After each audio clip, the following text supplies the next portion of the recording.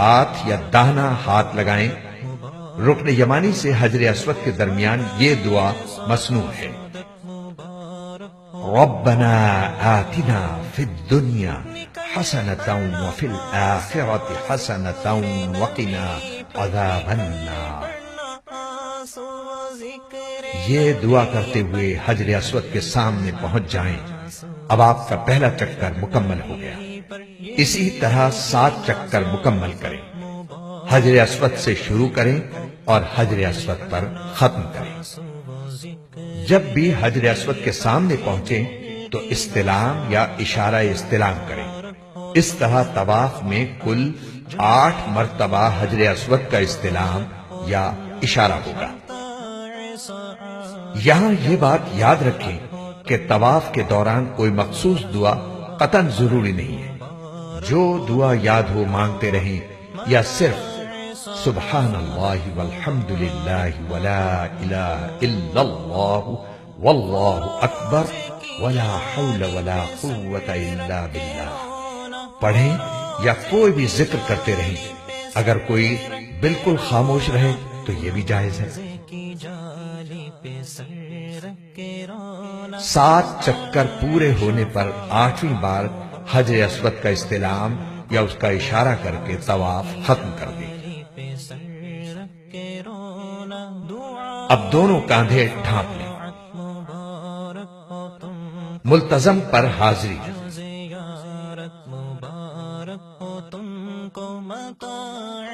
اب آپ ملتزم پر آ جائیں اور اس سے چمٹ کر اور خوب گڑ گڑا کر دعا کریں، بشرطے کہ اس پر خوشبو نہ لگی ہو۔ اب مقام ابراہیم کے پیچھے بغیر سر ڈھانپے 2 رکعت واجب الطواف ادا کریں اور خوب اچھی طرح دعا مانگیں۔ دعا کے بعد خوب پیٹ بھر کر زمزم پئیں اور یہ دعا مانگیں: اللہم انی اسألک علما نافعا ورزقا واسعا وشفاء من کل داء۔ ترجمہ: اے اللہ، میں آپ سے نفع دینے والا علم، کشادہ روزی اور ہر بیماری سے شفا مانگتا ہوں۔ زیارت مبارک ہو تم کو متاع سعادت۔ اب سعی کرنے کے لیے حجر اسود کا استلام یا اشارہ استلام کریں اور صفا کی طرف روانہ ہو جائیں۔ یہ حجر اسود کا 9واں استلام ہوگا۔ یاد رکھیں کہ سعی باوضو کرنا سنت ہے۔ صفا پہنچ کر سعی کی نیت ان الفاظ میں کریں: اے اللہ، میں آپ کی رضا کے لیے صفا و مروہ کے درمیان سعی کرتا ہوں، اس کو میرے واسطے آسان کر دیجئے اور قبول فرما لیجئے۔ پھر حمد و ثنا کے بعد دعا کریں۔ صفا سے اتر کر مروہ کی طرف چلیں۔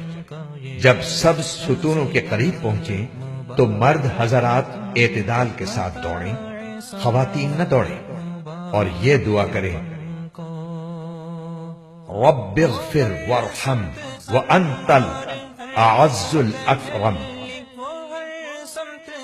پھر مروہ پر پہنچ کر قبلہ رخ ہو کر دعا کریں۔ یہ 1 چکر مکمل ہوا۔ اسی طرح دوسرا چکر صفا پر اور تیسرا چکر مروہ پر مکمل ہوگا۔ اس طرح 7واں چکر مروہ پر ختم ہوگا۔ ہر چکر میں مرد حضرات سب ستونوں کے درمیان اعتدال کے ساتھ دوڑیں۔ اگر مکروہ وقت نہ ہو تو شکرانے کے 2 نفل حرم میں ادا کریں۔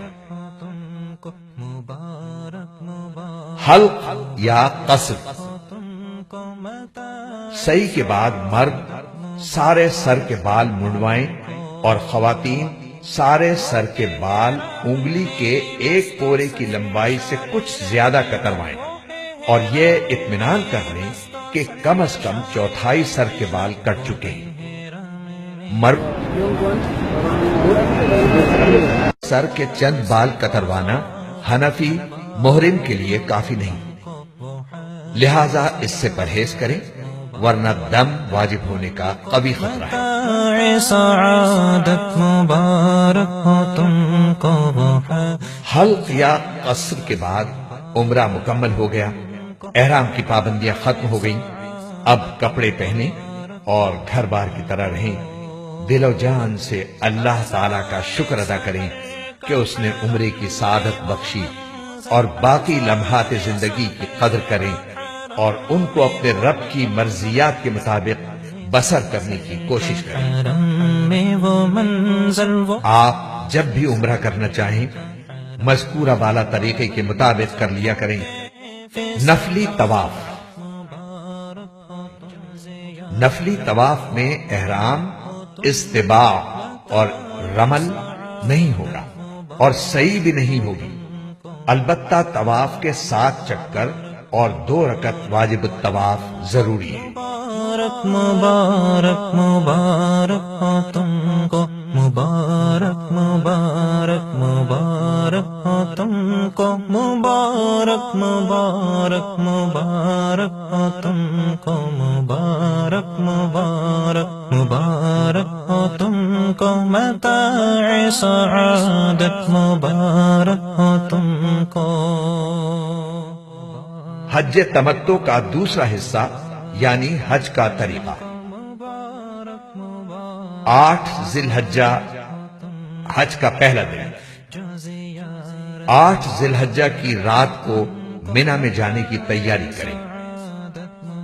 احرام کی تیاری، سر کے بال سنواریں، خط بنوائیں، مونچھیں کتروائیں، ناخن کاٹیں، زیر ناف اور بغل کے بال صاف کریں۔ احرام کی نیت سے غسل یا وضو کر لیں۔ مرد ایک سفید چادر باندھیں اور دوسری اوڑھ لیں، نیز جوتے وغیرہ اتار کر ہوائی چپل پہن لیں۔ خواتین سلے ہوئے کپڑے بدستور پہنے رہیں، البتہ چہرے پر کپڑا نہ لگنے دیں، جس کا آسان طریقہ یہ ہے کہ ایسی ٹوپی پہن لیں جس پر چھجا لگا ہو، اس چھجے سے نقاب گرا دیں۔ مکروہ وقت نہ ہو تو مرد حضرات حرم شریف میں آ کر احرام کی نیت سے 2 رکعت نفل سر ڈھانپ کر ادا کریں، خواتین گھر میں یہ نفل ادا کریں۔ اب آپ اپنا سر کھول کر اس طرح نیت کریں: اللہم انی ارید الحج فیسرہ لی وتقبلہ منی۔ اے اللہ، میں حج کی نیت کرتا ہوں، اس کو میرے لیے آسان کر دیجئے اور قبول فرما لیجئے۔ پھر فوراً 3 مرتبہ لبیک کہیں اور دعا کریں۔ احرام کی پابندیاں، احرام کی پابندیاں شروع ہو گئی، ان کی تفصیل دوبارہ دیکھ لیں اور ان کا خاص خیال رکھیں۔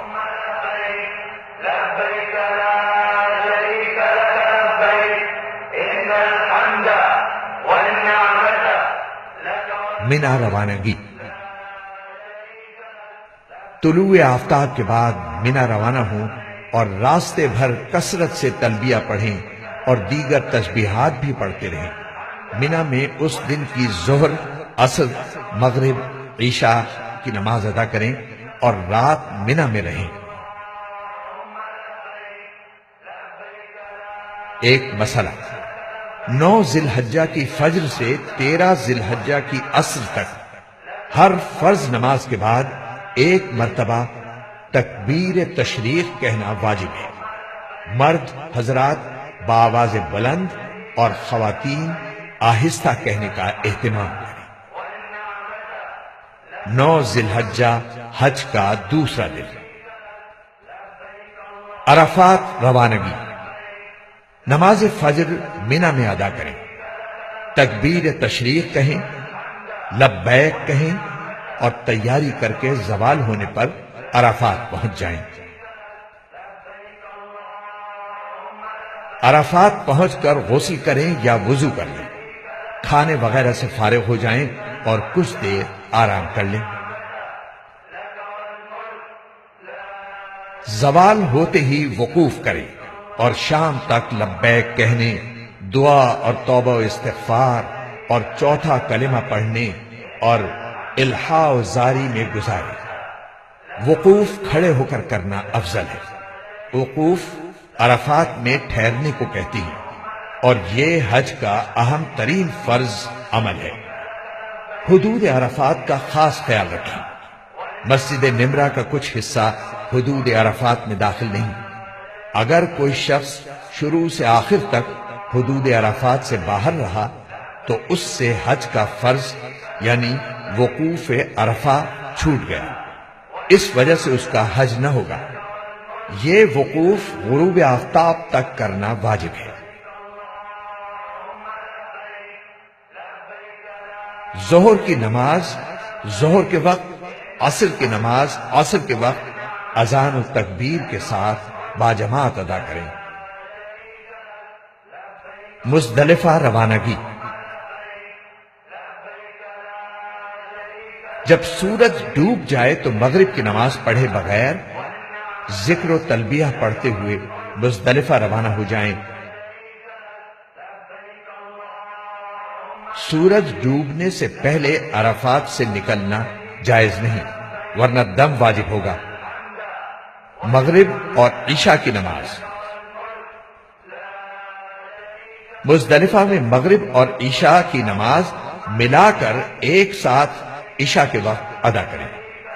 دونوں نمازوں کے لیے صرف ایک اذان اور اقامت کہی جائے۔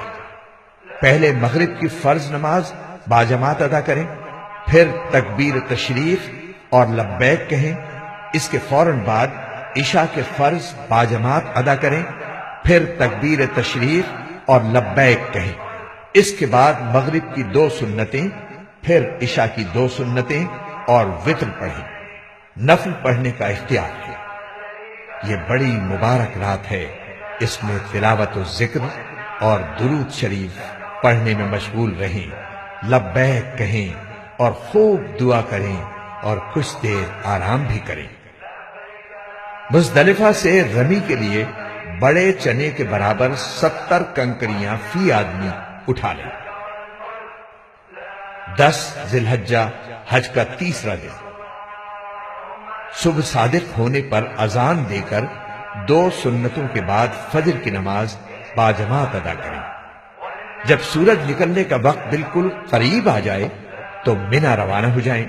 شوق و محبت اور عظمت و ہیبت کی کیفیت کے ساتھ تلبیہ پڑھتے رہیں۔ جمرہ عقبہ کی رمی۔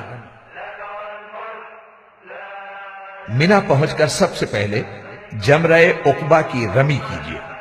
آج یعنی 10 ذی الحجہ کو صرف اسی ایک ہی جمرے کی رمی کی جاتی ہے، جو زوال سے پہلے کرنا افضل ہے۔ رش ہونے کی بنا پر زوال کے بعد بھی کی جا سکتی ہے، حتیٰ کہ رات میں بھی کی جا سکتی ہے۔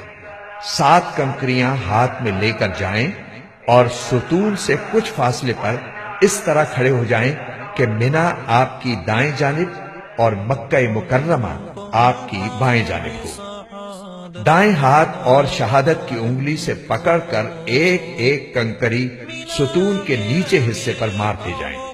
کنکری کا ستون کے گرد قائم احاطے میں گر جانا کافی ہے، ستون کو لگنا ضروری نہیں۔ ہر کنکری پر بسم اللہ اللہ اکبر کہیں اور یاد ہو تو یہ دعا پڑھیں جو حضرت ابن عمر رضی اللہ تعالی عنہ اور بعض دوسرے صحابہ کرام رضوان اللہ علیہم اجمعین سے منقول ہے۔ اللہم اجعلہ حجا مبرورا وذنبا مغفورا۔ جمرہ عقبہ یعنی بڑے شیطان کو کنکری مارتے ہی لبیک کہنا بند کر دیں اور رمی کے بعد دعا کے لیے نہ ٹھہریں، یوں ہی قیام گاہ چلے آئیں۔ قناعت مبارک ہو تم کو، وہ عرفات میں خیمہ زن ہو کے رہنا، قربانی قربانی مبارک ہو تم کو یہ اس رمی کے بعد قربانی کریں۔ قربانی کے 3 دن مقرر ہیں، 10، 11 اور 12 ذی الحجہ۔ دن میں، رات میں، جب چاہیں قربانی کریں۔ 11 ذی الحجہ کو قربانی آسان ہوتی ہے۔ قربانی خود کریں یا کسی معتمد شخص سے کروائیں۔ عید کی قربانی جو ہر مقیم اور صاحب نصاب شخص پر واجب ہوتی ہے وہ اس کے علاوہ ہے۔ حلق یا قصر، اگر آپ نے قربانی خود منی میں کی ہے یا کسی سے کروائی ہے اور قربانی ہونے کا مکمل یقین ہو چکا ہے تو مرد حضرات پورے سر کے بال منڈوائیں یا سر کے بال انگلی کے پورے سے کچھ زیادہ مقدار میں کتروائیں، مگر حلق افضل ہے۔ خواتین کے لیے افضل یہی ہے کہ پورے سر کے بال مذکورہ مقدار میں کتروائیں اور چوتھائی سر کے بال کتروانا واجب ہے۔ اس لیے چوتھائی سر کے بال اتنی مقدار میں کٹ جانے کا اطمینان کر لیں، چوتھائی سے کم کٹے ہوں تو عورت